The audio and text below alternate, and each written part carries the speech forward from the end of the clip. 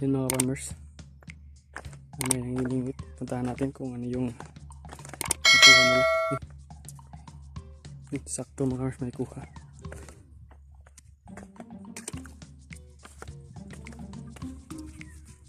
Tilapia. Tilapia Duterte. Of course, marami palang mga isda dito.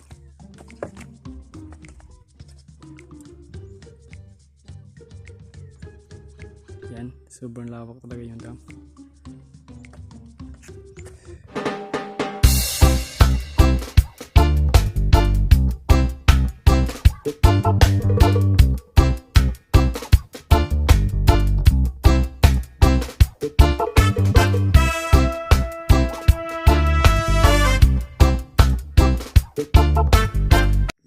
Yan mga ka-farmers, i-tour ko kayo mga ka-farmers kung ano ba kalaki dito yung Bayungan Dam na source ng water ng ating irrigation mga ka-farmers. Itong dam to sa may sakop to na isang 4 na barangay mga ka-farmers, so sobrang laki talaga. So mga ka-farmers, yan, sobrang lawak talaga yung dam dito. Maraming puno kasi ito yung pinakaunang na transplanting na ginawa nila.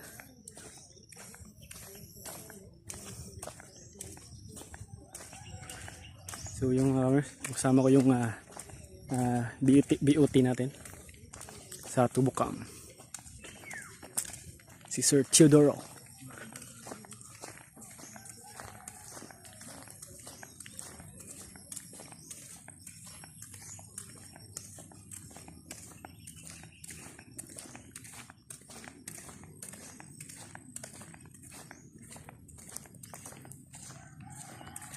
Yan mga kars, may mga bahay pala dito sa mismong dam.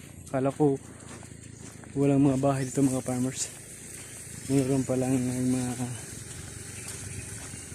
nakatira.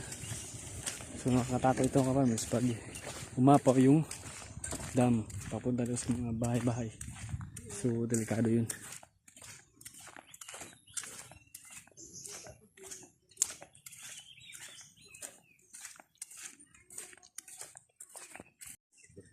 Yun mga farmers, ito yung dam.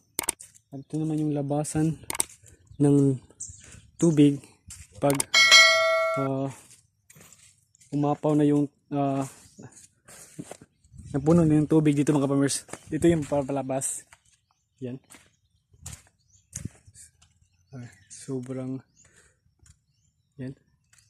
Sobrang lalim, nakakatakot. Yan mga farmers, dito sa kabila. Yung wash out yan. Yan, may mga disrasa pa dito mga farmers yan. Mga party ng multicab. Yan mga farmers yung dam. So hindi talaga siya masyadong maraming tubig kasi mga farmers. Itong dam na to mga farmers ay ang pinagkukunan lang nito ng tubig is ulan lang mga farmers, o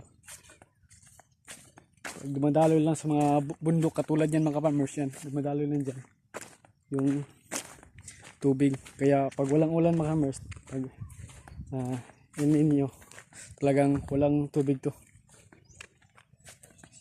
At mga farmers, may namimingwit. Yan, puntahan natin mga farmers kung ano yung nakukuha nila.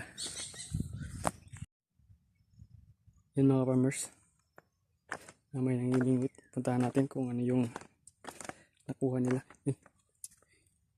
Yun, sakto mga farmers, may kuha.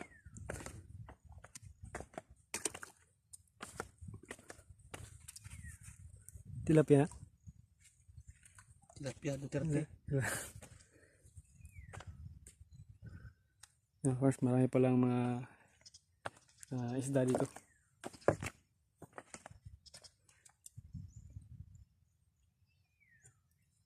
Yan, sobrang lawak talaga yung dam.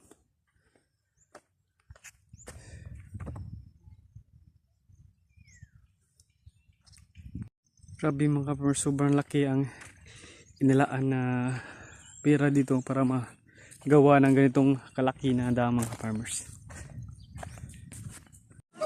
Yan mga ka-farmers, pagkatapos ay mag-planting mga ka-farmers, may libreng snack at packlans mga ka-farmers. Yan, sobrang laki yung packlans. So talagang yung mga CHAG member at mga presidente talagang mabubusog sila. Sinasiguro ng mga taga NAIA na busog yung mga CHAG member at mga presidente mga ka-farmers.